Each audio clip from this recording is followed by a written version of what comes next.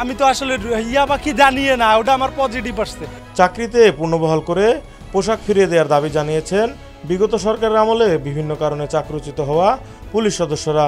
একই সঙ্গে চাকরিতে পুনর্বহাল না করা হলে কঠোর আন্দোলনের হুঁশিয়ারি দিয়েছেন তারা।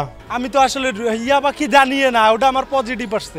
তারপরে আমাকে 3 মাস রাখছিল ইউনিটে, আর রাখার পরে হুট করে 14 ফেব্রুয়ারি 2021 সালে আমাকে ডিসমিস করে দেওয়া হলো। ছোট বাচ্চা আছে, নাম হলো জাইফা।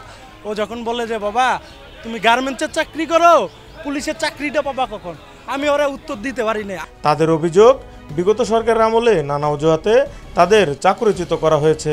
যারা টাকা নিছে অনেকে এরকম 5 লাখ 10 লাখ এরকম করে চাইছে। বিভিন্ন এসপি যারা ওই জেলার তত্ত্বাবধানে ছিলেন, পুলিশ সুপার যারা ছিলেন, তারাই এই কাজগুলো করছেন।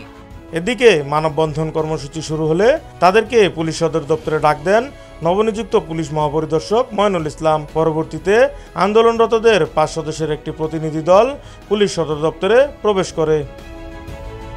রবিবার দুপুরে আন্দোলনরতরা পুনরায় আইজিপির সঙ্গে দেখা করতে যাবার কথা রয়েছে। রাকিব হাসান, ভোরের পাতা।